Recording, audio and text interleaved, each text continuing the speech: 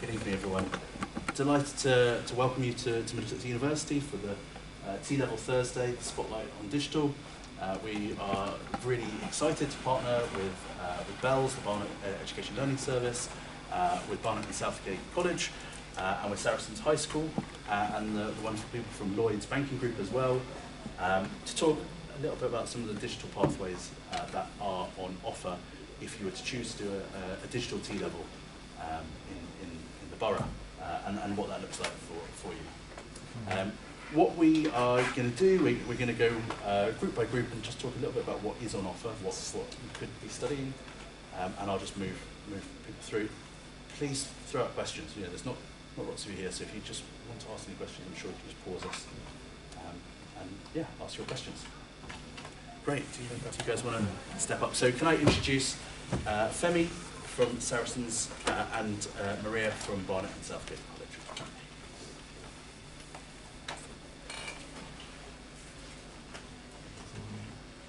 Hi everyone, so my name is Maria Denethus. I'm the curriculum manager for T-levels at Barnet and Southgate College. And what we'll be running is we will be having 2 T-level digital courses running in September 2023.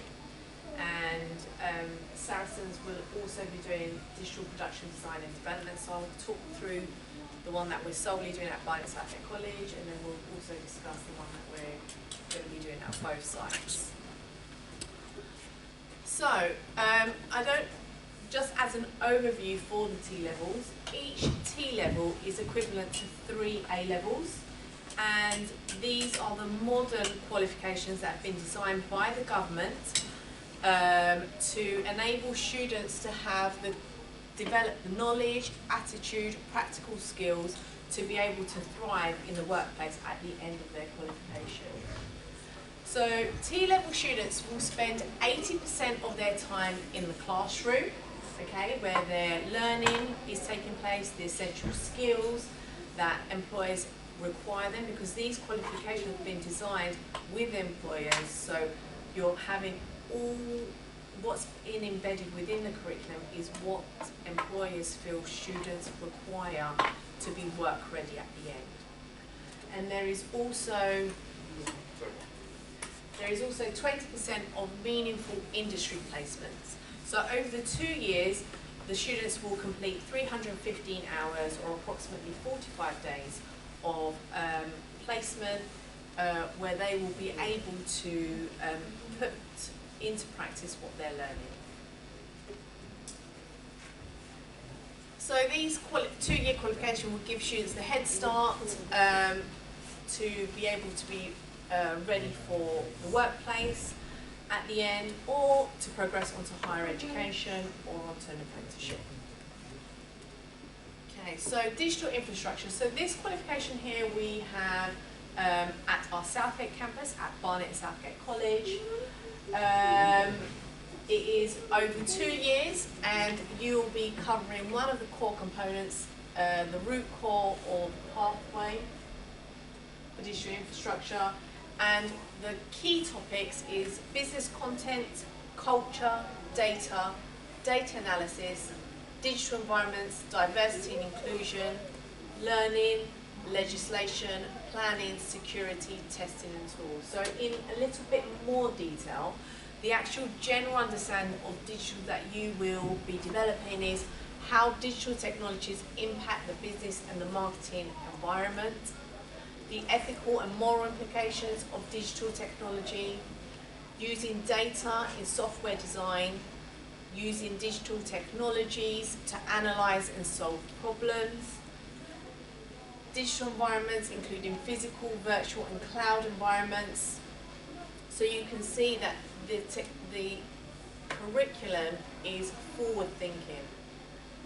Cloud environment is something that is we had a workshop today with Lloyd's, with our students, and this is all the new technology that's involved, and that's what's included in these T-levels. Legal, regulatory obligations related to digital technologies, privacy, confidentiality of personal data, technical, physical and human aspects of internet security, planning digital projects, testing software, hardware and data, digital tools for project management and collaboration. And also, the roles within digital support services, communication in digital support services, and fault analysis and problem resolution. So once someone completes their T-level qualification, they are then able to either progress straight into employment. And the great thing is that they have had the experience in the industry, so compared to someone who's only done theory. And also they're able either to progress onto higher education, so we have great partnership with Middlesex University, or higher apprenticeships as well, via Lloyds. Essentially what this is showing you is that you will be studying full-time over 2 years. Okay. Digital design and production, which is at Wood Street campus, at Barnet College, and also Saracens School. Hello everyone, my name is Femi Olifola. I'm the assistant principal at Saracens High School. We're a new school, opened in 2018, and we're really excited about our first cohort of Key Stage 5 students who will be entering our sixth form in September 2023. And as part of that, we're offering 2 T-levels, one T-level health, which we'll talk about today, but T-level digital production design and development, which we're extremely excited about. So, yeah, it's a new qualification developed with industry, as Maria mentioned. This is what makes it exciting.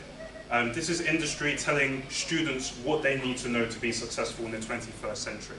If we look at some of those companies there, BT, BBC, Cisco, Nationwide, Siemens, and many more, they all had a part in making sure that this curriculum is relevant to what students need to know to have successful careers in the future, and I'll talk about that a bit later.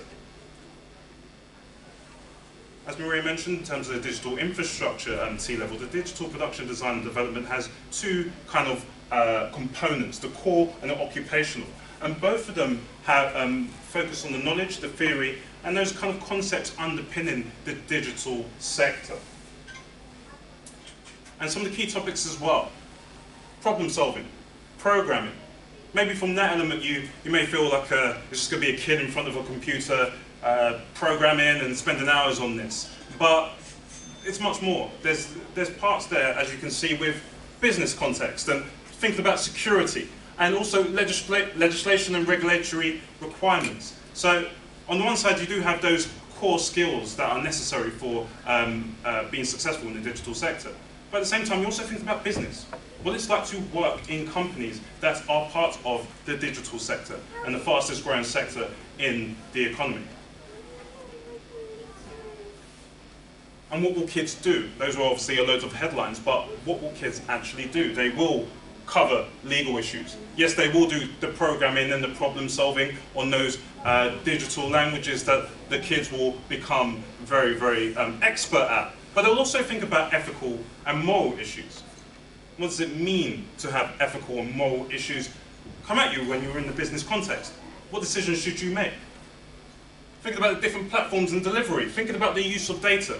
But not just the use of data in a theoretical sense, but also the use of data for businesses. Again, that focus on what is necessary in the 21st century is massively important. We are preparing people in the T-level for work in the modern workplace. And that's massively important in terms of the T-level overall. It is not just the theoretical side. It has got to do with kids having a career in the future and understanding what they need to do to be successful. And the next steps for pupils who do the digital production design and development. It's important to see in terms of this column, employment. We are not talking about doing the 2 years of the qualification and then doing another 3 years to be ready for those careers there. We're saying that at the end of those 2 years, they're going to be ready to be a junior developer, a junior web developer, a junior application developer, software development technician. They're going to be ready to do it then. But also, you might feel that you need to go into higher education, or you still have that desire for higher education. Even if you do, you are going to have more experience than anyone else, especially someone who's done the A-levels, because they haven't had, as we'll mention in a moment, those 45 days in the workplace. And apprenticeship as well, which is experience. But again, all the apprentices next to you who haven't done a T-level will not have the experience you have. And again, our guided learning hours. Just to be clear on this, the T-level is equivalent to 3 A-levels. It's all you would do over those 2 years. So the amount of time you're spending programming, thinking about those ethical and legal issues, and all those other elements of the digital sector and digital business is going to be very thorough. And that's going to be really important for your next step. So as I said, there's 315 hours, or approximately 45 days that are going to be spent over those 2 years in the digital sector, in a business, working alongside other people in whatever company you are in. Now, that's not going to be making teas or kind of getting the coffees for people. That's actually going to be doing the job, and that's massively important because that experience is going to be very handy if you are going into employment directly after those 2 years. Or even if you are going into higher education or the apprenticeships.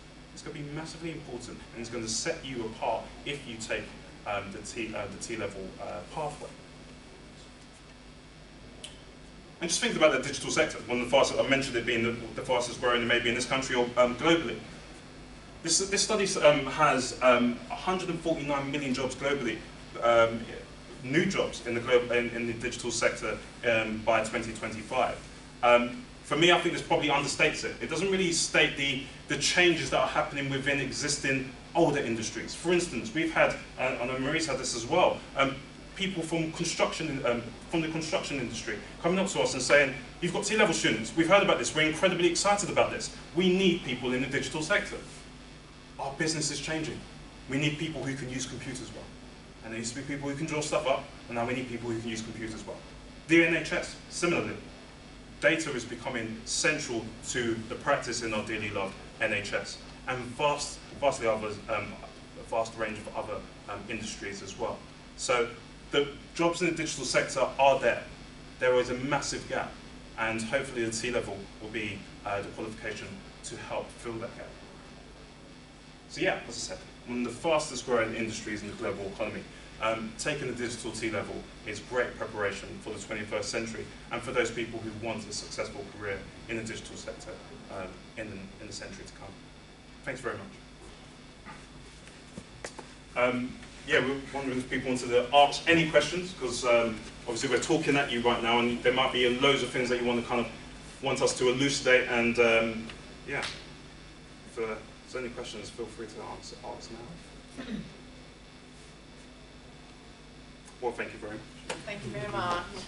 We can always ask some more questions afterwards. No, it's not an end to your chance to ask any questions.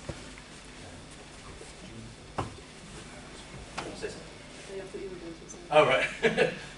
Sorry. So just from Middlesex's perspective, we thank you for your presentation, by the way. Sorry. Just from Middlesex's perspective, we heard there that there are opportunities to go straight into work, which is definitely true, and also opportunities to go into higher education. So in a second, I'm going to invite my colleague Carl to come up and join me. The only thing I just wanted to flag was obviously from a university perspective, higher education means, yes, degree programs, which Carl is going to speak about. He's from the computer science department, so he's brilliantly qualified to do that. But it also means degree apprenticeships, and alongside most other universities, we offer degree apprenticeships, which is equivalent level qualifications, but you do it through your employer. So we won't kind of talk about that in lots of detail today, but they are opportunities for people who, once they finish their T-level or indeed any other qualification, can then choose to kind of do a degree level qualification. But they would do that via, say, the NHS or any of those employers we saw on the screen, and then the employer would pay the tuition fees on your behalf. Great.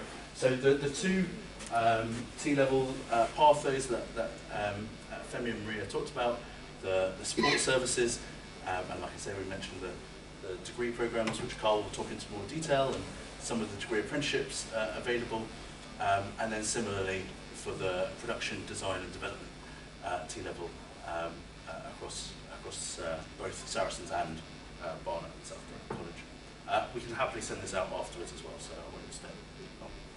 Carl, do you want to come and speak?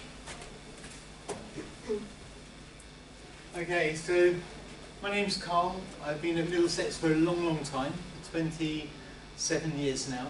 and I'm the program leader for information technology. I teach on a wide range of degree programs. So I teach on computing science, I teach on IT, I teach on an MSc in creative technology, and I also teach occasionally on data science. So what I'm going to talk about quickly, why higher education, some of the courses that are available if you have T-levels, and a little bit about why they're available. And then the things that I think are always important about universities are the whole flavour of it. And all universities have their own flavour, and whether you want to go to Middlesex or somewhere else, you need to always do a little bit of investigation at that stage. You go, what is the flavour of the university? Is it going to fit the sort of things I want to do? So that's what I explain there. I look at study spaces, which are really important. Some practical work examples, because everything I do is about practical work, and careers, and then we're going to have a demo. I'm going to start the demo in a minute because it's amusing, and so these things are actually going to come first. So, my demonstration. You can purchase, although right at the moment they're not available, but they will be soon once the chip problem is sorted out. Simple EEG headsets that connect to your phone. This is called a brainwave starter kit, and you get a little headset like this, which will allow you to essentially identify your attention, how much you're paying attention. So it's a good job teachers haven't got this in the classroom. But it also allows you to see how relaxed somebody is, their meditation state. And this is just the reason why I do this is it's typical of the sort of things that people do across different modules in the university. So I have computer science students using this with fairly advanced software in year 3 for projects. I have my first year IT students building things like the demonstration, because it actually looks very complicated. It's very, very simple. And then I have master students doing exciting work with people outside the university. So this is, so what I've done is I've hacked the Bluetooth signal from this that should be going to a phone, and I'm picking it up, the Bluetooth module in this little box, which is there, and it's got 2 microcontroller boards. One of them will pick up the signal from this and get the data from it. The other one controls some LEDs. So let's just turn it on. So this has to go on first. Put it on my head. It's a little thing that clips on my ear. So there we are, that's on now. And then I can plug this in. And you can see here, at the moment it's flashing red. That means it's not working yet. When it flashes green, that means it's starting to work. And now it's just going to pick up my signal. You'll see when it picks up my signal, because it'll either go a different sort of red, pink, or blue. Right. So you can tell, if you can ask me some really awkward questions, I get really stressed, it will go red. And if I just relax for a second, it should go blue. I'm not that stressed. Honestly. It should get a nice blue colour, because I'm nice and relaxed. Starting to get blue. The more I think about it, the less blue it's going to get. It's actually really just sit down and meditate. So anyway, that's just, I just like an example of the sort of thing that students do, because it's, in some ways it seems like, how are you going to use this in industry? And the answer is, well, it has very specialist niche things, but university isn't always about directly hitting industry. It's about exploring things for the future as much as for the present. So it's not always industry focused in its entirety, but the skills you learn by building this sort of stuff, like getting Bluetooth systems working, talking to microcontrollers, that applies to everything you do in coding. So the coding skills are the same whether you're doing something for fun or whether you're doing something with data. So why higher education? Well, there is a desperate need of skills, and we've already heard that, and that's just critical. We're seeing the government continually saying we need people coming into the UK with more skills, but we should be growing the skills in the UK. And that means getting people to university, getting people to apprenticeships as well, and ensuring that people have the right skills to tackle complicated jobs. And the jobs out there are complicated. The degree does open up a wider range of career options. I mean, the range of things that I see people go off to is quite incredible. And in the last few years in particular, I've just noticed, that specifically in the last 3 years, a lot of my students who are getting good degrees, they're going on to start on salaries over 35,000. So people with 2-1s and firsts, they're starting on 35 to 45,000, quite often working with a mix of data science, data analytics, network security. But that tends to be a slightly lower entry point in terms of the salary, but rises quite quickly. But certainly in terms of things like analytics and visualization of data, it's just massive, because companies need to understand data and understand how to use that to improve and generate business. So that's where I'm seeing at the moment this massive shift. I mean, it really is dramatic. And because the earnings are significantly more, even though you take that time out of your career, you still make it up over easily. And that's important, because a degree is not cheap. And I know this because my son's at university and I'm having to pay a lot towards it. So I know it's not cheap for me either. The other thing about university is a massive range of resources. I don't think all students use the resources effectively. I push them. So we have cameras, we have recording equipment, we have musical instruments. Now these aren't all computing things, but they're all available to students to take out. We have an incredible library. The library here is absolutely immense. That is used more extensively. We have workshops and we have additional classes for people to support things like numeracy and literacy, and those things are available again. In all universities will have resources, and if people are going to university, one thing I'd say is be aware of this. You're paying for it, use it. Whether it's people time or whether it's the hardware and software, use everything you can, because that's what you're paying for. The other thing, from the point of view of staff, the more students ask for, and the more students use stuff, the more bigger budget we get, because they go, oh yeah, everyone's got out the digital cameras this weekend, and I say, well, we need another 10, and it's like, no problem. If they're not used, they sit there and go out of date. So it's probably the same everywhere. You have to use what resources you can. The other thing is when you come into a university, and even if you've done a T-level, you'll have an idea of a range of things. You've seen some stuff in industry, but when you get into university, the areas that are covered will extend. You'll see things that you won't have seen.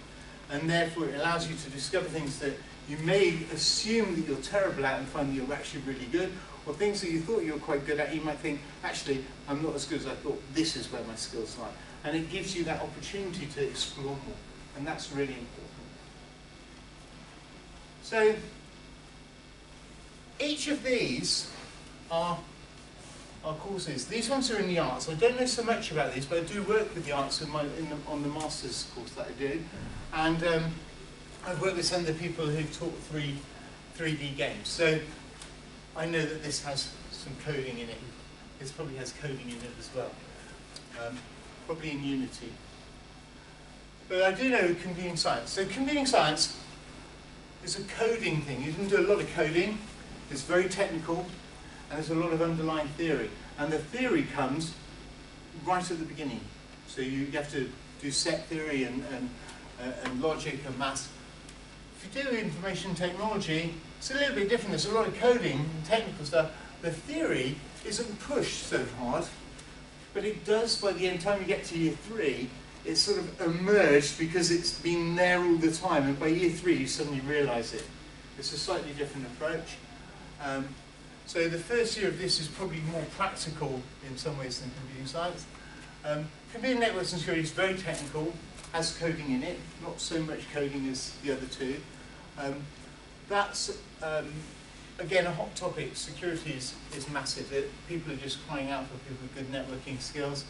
Business information systems, less technical, very little coding. So for people who want to go in and work in a business and, for example, with databases and big information systems, but do not like coding, this is the one people gravitate to. And what's really interesting is we've done our best to have it so if people decide at the end of the first year, too much coding, help, I'm not a coder, they can move into business information systems without losing a year. So we have a little bit of shifting around, and quite often I get a few IT people go to community science, a few community science come to IT, a few people go off to business information systems, I get a few people shift around. So things are, and most universities have an element of that in, it's worth always asking what's possible, but things aren't always fixed, because as you go in, you discover more, you realise what you're good at and what you're not good at. But people doing T-levels will have a better advantage on this, because you'll have already seen the subject area far more extensively than people doing A-levels, so you'll probably make a better choice from the beginning. And I think that's useful. I mean, that's one of the good things about T-levels, is people will be more informed before they make that decision. Digital forensics, very, very popular. We actually had a visit a couple of days ago from the fraud squad, and they work with, a lot of our students go off working for essentially uncovering fraud, so that seems to be a very popular destination for people doing digital forensics. That's a very specialist course, we have specialist labs for that. Computer systems engineering, a little bit like computing science, but with a little bit of engineering in there as well, more hardware and logic, so that's people who like playing with hardware more. There's bits of that in everything, but that's an emphasis. And I said, the games and level design, for those people who really want to go into the creative side, and people who enjoy developing animation and things like that and want to focus on that, this gives you the ability to explore different platforms. So there's quite a wide range of choices, and they're all very, very different. There are crossovers in modules. So some of our IT students and computer science students share 5 modules, I think, in year 3, because everything starts coming together and people have choices. So year 3 is normally, everyone does a project, everything else you choose the modules you want from a big list. Because we know that everyone wants to do different things. This is the important bit. We don't worry about whether or not you've got computing science A-level. We don't worry about whether you've got IT A-level or GCSE. All we care about is, do you have enough UCAS points to say, I can study and do well? And do you have GCSE, maths and English? That's really all we're interested in, because we start from the beginning. And that's true of a lot of universities. So people often think, oh, if I go to university, will I have a disadvantage? Well, the answer is no. And certainly for people doing computer science, everyone here learns a language which isn't taught anywhere else in schools and things. It's used specifically in a couple of universities. And so everyone's on an even keel, whether you code it or not. If you do IT, then you tend to use Java and C. So we have different languages depending on what course you do. We do not have exams here. That's becoming common across the sector. Now, it's quite interesting, because I had a student say to me today, and this is very, very topical, I did put my code into ChatGPT and it said that everything was all right. And I said, everything is all right, except the code works, but it doesn't do what you want it to. Nothing wrong with your code, it runs beautifully, but it's not doing the task you wanted. And quite interesting, I said, you're actually telling me you're trying to cheat. and that it doesn't work, but the system said it should. And what's interesting is that I think we're generally moving now, in America it's been banned, I think, across a lot of America. I'm actually moving to the point where I want students to use it, and use it to leverage learning and say, actually, how can we improve what ChatGPT gives us? How can we improve it? So that's now moving into my thing. I say if students don't use these tools, they're in trouble. They need to use every tool they can. But we have coursework and practical tests. The practical test, if you're building something like this, I have to see it being built in the classroom. I know whether people understand it or not. So it's nice and easy. And it's fun. It's more fun to build stuff. So everything about university, the same as everything else you do in life, it's about participation and engagement. If you turn up, you have a go, you get involved with activities, people thrive. The people who don't show up, who can't get out of bed in the morning, they're the ones who struggle. And it's just, I think that's the same with everything. But that's particularly noticeable. We do have incredible support. All universities have support services. I know the ones here, but it's the same everywhere. So it's just an example. This is a networking lab. So you've got all the hardware here, people work in groups, and what happens is that you do a whole load of exercises, and when you pass them, they let you onto the real stuff, and you can start configuring servers and things. So what's interesting is that this is separate from the university system because we have cyber essentials, which means that students don't always get access on every machine to every resource. This is completely separate so the students can actually play properly. Then we have the lab where I spend most of my time. So in this cupboard is lots of this sort of junk. It's brilliant for group work. People don't face the front, they sit around in groups. It has specialist software, multiple screens, and we do a lot of microcontroller programming and things in here. I like it. It's very bright and cheerful. So that's a typical lab for physical computing and media. And then this is I teach in here occasionally, and not very often. Not this year. I'm not teaching in here. This is specialist stuff. Again, good for physical computing. You've got all this hardware there that you've got access to, like oscilloscopes and function generators and things that you don't always associate with computer science, but in computer science you actually get to use all this stuff as well, and you have Elvis balls for programming microcontrollers, because what we see now is that coding isn't computers, it's fridges, it's microwave ovens, it's dishwashers, and your dishwasher will talk to the internet, and it should be identifying, you should go out, put the dishwasher on, the dishwasher doesn't come on, because the dishwasher's looked up the weather forecast, identified there's going to be a sunny spot at 11 o'clock when your solar panels kick in, and so it come on as soon as the solar panels hit the level where the dishwasher's going to run for free. That's how it should work. So that's a typical student project in year 3. How do you build these systems? But this sort of lab gives you the ability to test these sort of things out and do what we call embedded systems. We have chill spaces. There are lots and lots of pods around in the library, but this is in one of the computer areas. We have classes in here. The students go off in groups and work on problems. And you need that sort of informal space to code, because it's not always easy to sit at a desk in a classroom and code. You actually need to be able to go, oh, I'm inspired, I'm going to just go and sort something out, because that inspiration just hit you, solved the problem. And so we have these spaces so people can go and work. Everything's practical. We try to use real-world examples. Lots of group work. Students hate group work. But we know that in industry, people have to work in teams of people. And in industry, some people will carry the group, just as it happens in university or anywhere else. So we have group work. We watch our groups very carefully to see if they're functional. People are assessed by things like blogs, video, observed behaviour. So we just might come up to you and say, oh, can you demonstrate how to write an if statement or whatever? There's something quite simple. And soon go, oh yeah, here's one I've written, just explain it here. And we say, great, and tick it off. Okay, they understand some conditional programming.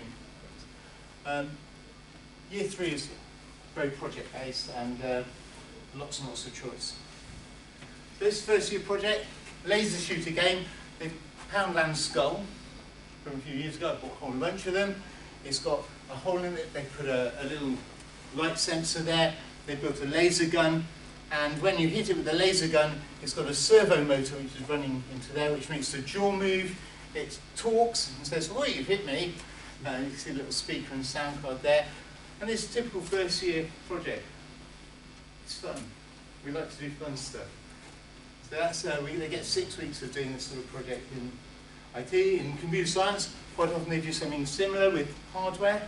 Often they do things like traffic light systems and things where they've got a whole load of rules, and students build sometimes better traffic light systems. This is a project I'm working on at the moment. So you can see again, people's equipment. This is actually a musical instrument with a LIDAR module. As you move your hand up and down, the note plays. That's the first year project. This is a mix of first year, third year, and masters. It's an interactive dance floor. So this was only taken. This was taken last week. This picture, and we've got a dancer who's going to come in. He moves around. It's almost like Tai Chi, and as he moves his feet, it changes the light and the sound that's playing. But we also have LIDAR above him to capture his hand movements and EEG on his brain to control sound. So it's quite interesting. Lots and lots of brain interfacing stuff. This is a year 3 project. They actually have 2 of these, and they're building a mind wrestling. Yeah, arm wrestling is very out of date now, but mind wrestling, who can concentrate the hardest, and they're building a system to show who's concentrating hard. Great year 3 project, computer science student, could be an IT student, they all do very similar projects. But the idea is that these things you don't necessarily get to do in industry, but the coding skills that you learn are the same. And that's one of the things that's nice about university, is you get a chance to play and mess up a bit when you learn. So that's typical. We also have a lot of data analytics stuff. That's not visually so interesting, but it earns a lot of money. So it's and we teach things like Python AI Toolkit, we have Weka, a whole range of things for teaching. Things like how Amazon determines what films you're probably going to like, or how eBay recommends things to you. All those sort of recommender systems, students learn how to build those sort of systems. So careers. I put data science at the top because that's where I'm seeing my students go and make the most money at the moment. Advanced web design and usability seems to be a growing area, especially the usability bit. University's been teaching this for years, but it's only in the last 8 years that industry's caught up and realised actually users are important. A lot of students often do software engineering, technical support, which quite often leads to software engineering. So the people doing technical support, it's not just your help desk where you go, oh yeah, close Windows and open it again. It's normally technical support where someone says, we want a new feature added to the software that we purchased from you. And they explain what they want, and the technical support team will raise a request and identify exactly what's needed. But often they're working with the software engineering, especially on the testing of it. And after a while, quite a lot of the people move into more and more software encoding, which is quite interesting because technical support sounds a bit dull. Smart systems, AI, smart homes, all that sort of thing, sensor-based system, Internet of Things, getting students slowly moving off into those areas as well. That's still slow compared with the hype around it. There's more hype than action, but I'm slowly seeing the students getting jobs in those areas. I imagine that will take off probably a little bit more over the next 10 years. It's all slow, this stuff. Network management security, being ever since when they had the year 2000, most of you won't remember this, year 2000 there was a problem, potentially. All code would stop running and all networks would crash. And at the time, nothing went wrong, or for very few companies it went wrong, because everyone upgraded their networks. And so there was, for a little while, around 2000 to 2010, there was there were too many people with network management skills and networking skills and no jobs. That has changed dramatically. So now the jobs are there, and there was this whole sort of crash in this area, but now the jobs are back again, especially security, because everyone is continually being exposed to attacks. Forensic analysis, big with things like the fraud agency, but also insurance companies wanting to know why things went wrong, because people aren't going to pay out if people have actually been breaking their own policy. So things like that, very important. And database development, more for the business information type of stuff. We see a lot of people always have databases, and that links in again quite often to some of that data science analysis. And we have industry standard tools. I mean, all universities use industry standard tools. We have to, because people need to go out and get jobs We can't just use any old software for teaching it. So that's it. Anyone got any questions? You see that I'm quite relaxed. You ask a really tough question, you see it come out there.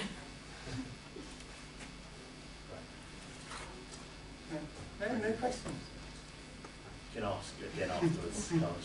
I mean, the nice thing about universities, to be honest, is that you've got people from the arts, you've got people from business, you've got computing, you've got the health people, and we're all together in this big area. And we weren't at one point. This university was split up over many campuses, and now we're all in one place. You see a lot more collaboration. You get to meet more people and get different views. That's probably the best thing about it. Is you don't get stuck with just in the same area. You get to be exposed to a wider range of things. Thank you, Carl. Appreciate that. And this still working? Yeah, I love that you kept it on the whole time. It has to be reasonably reliable, because I take it to New Scientist Live most years, and it runs for 3 or 4 days on all the time. And it goes to Thorpe Park and places like that. Thanks, Carl. And now to kind of cap off, we're going to invite our colleagues from the Lloyds Banking Group to come up and talk about their experiences and the experiences that young people doing T-levels may well have as they go into the workplace. Okay, firstly, if I can just start by saying, obviously our two kind guests from Lloyds didn't complete T-levels because obviously they didn't exist, because Marie has already mentioned it's a very new qualification. So they know nothing about T-levels, but they are indeed at the moment completing and working in roles where a T-level, such as the two we've learnt about this evening, can actually lead a young person. So if you could just start off by each introducing yourselves and explaining a little bit about the role that you do and what that looks like day to day, if that's okay. Hi, my name is Sushmita, and I completed my computer science degree in 2021 June or July, and then I joined Lloyds the same year.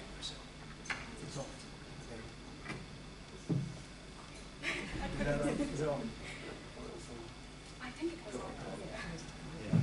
I think you just need to be a bit closer to your mouth. Okay. So I started with Lloyds in September of 2021 as a software engineering graduate, and that's a 2-year program, and it's been a year and a half, and it was divided in 3 placements. So for my first placement, I got to work with the quality engineering team that worked with testing tools. So I got to work with security and accessibility testing tools, and in the end of my first placement, I got to automate one of the testing frameworks. So for my second placement, I got to work with the economic crime prevention team that was dealing with FSCS schemes, and I also got to work with front and dashboard, and then also work with backend for another system. And then after that, now I'm currently in my 3rd placement, and I'm working currently with fraud lab, and they deal with fraud detection systems. So I'm working as a data scientist and also a little bit on data analysis. I'm working with machine learning as well. So throughout like the grad scheme, since obviously before this the only experience I had was as a student, where I didn't have much experience of what I would like or what I would not like. So I got to experience a lot of things in the workplace to kind of see what I want to do with my career moving forward and what areas I would like to work in the future. So it has been like a really good learning experience for me, because in the university I got a really good theoretical understanding of computer science, but at workplace I have had a lot of practical knowledge and things that we're using in industry, and a lot of things I got to learn when I actually started working in Lloyds. Excellent, thank you very much. And Guy, over to you.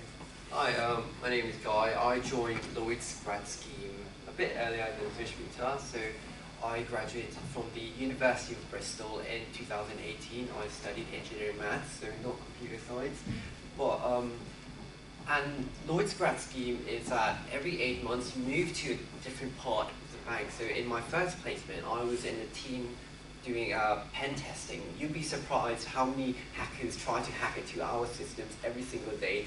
So I was looking at that. In my second placement, I moved to London and I was working on Lloyds mobile banking app. Does anyone use Lloyds banking app here? Oh, you should. Yeah, I was working on that as like an app developer, and in my final placement, I was a front-end engineer, so I was looking at the UI of a trading app in which our traders used to book and price as swaps, financial instruments, yeah, basically. And I'm currently a product owner for one of our teams. A product owner is literally a small CEO, and I look after a product. And the product that I'm looking at is whenever teams want to test their apps, they have to test it in an environment. I look after that whole environment, yep.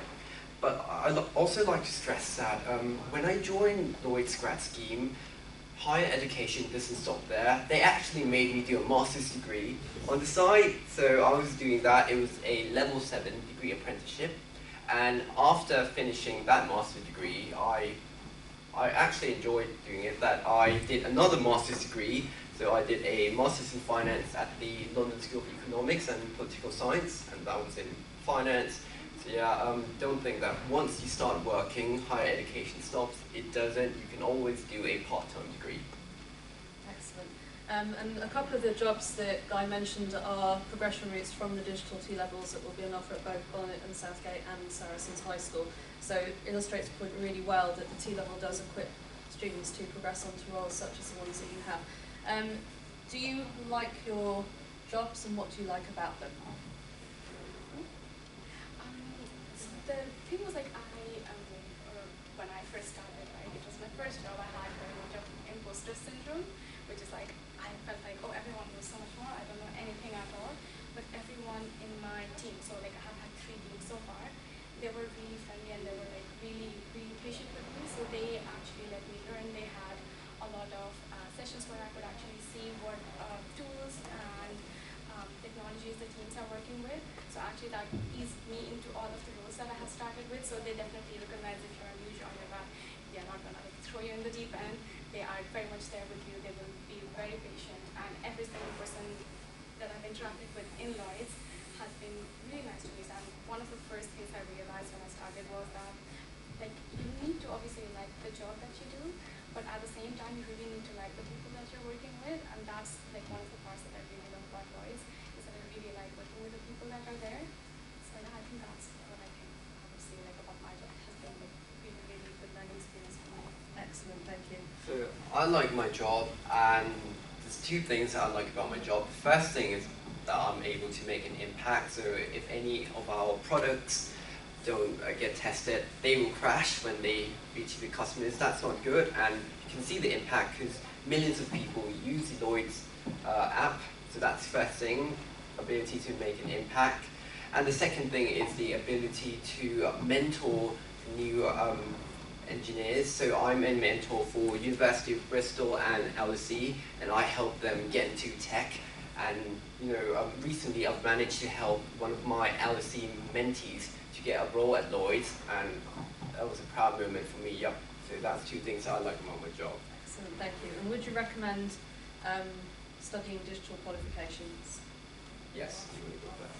That was a definite answer. Yeah, so I definitely think having like a base understanding of the technologies and also having like a practical knowledge of it will kind of give you a leg forward when you join any of the companies that you want to be working in. And if you're sure like this is the career that you want, it's actually, I think, yeah, like it's definitely the right choice, because when I did my university, if I had the option to actually go for one of these, I think that would have been a more practical way to actually go about this. So I think it's like a really good option if you do know like this is the route that you want to go for. Absolutely, thank you very much. Yeah, yes, I think it's not going to go away. You're going to get the opportunity to make lots of impact and make lots of money as well. Yeah, that's why I would recommend to agree. We haven't had any questions so far, but has anyone any questions they'd like to ask our 2 representatives from Lloyd's this evening? No? Okay, thank you so much for coming. I really appreciate it, and thank you for your time. Thank you very much.